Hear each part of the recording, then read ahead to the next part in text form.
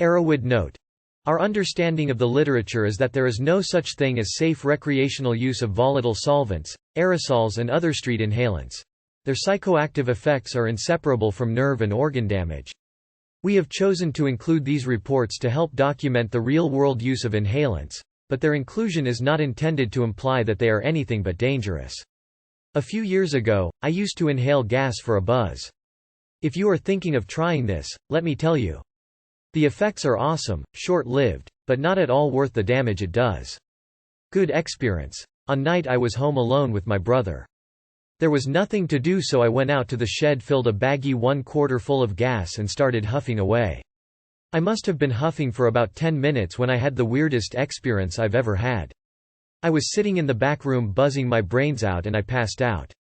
I had a dream that an apparition or ghost floated to where I was laying and took my hand.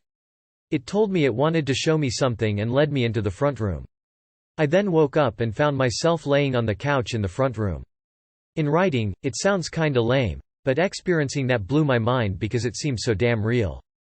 Since then I have tried a few other drugs including weed, LSD, speed, and have never had an experience like that where I completely lost touch with reality. Bad experience.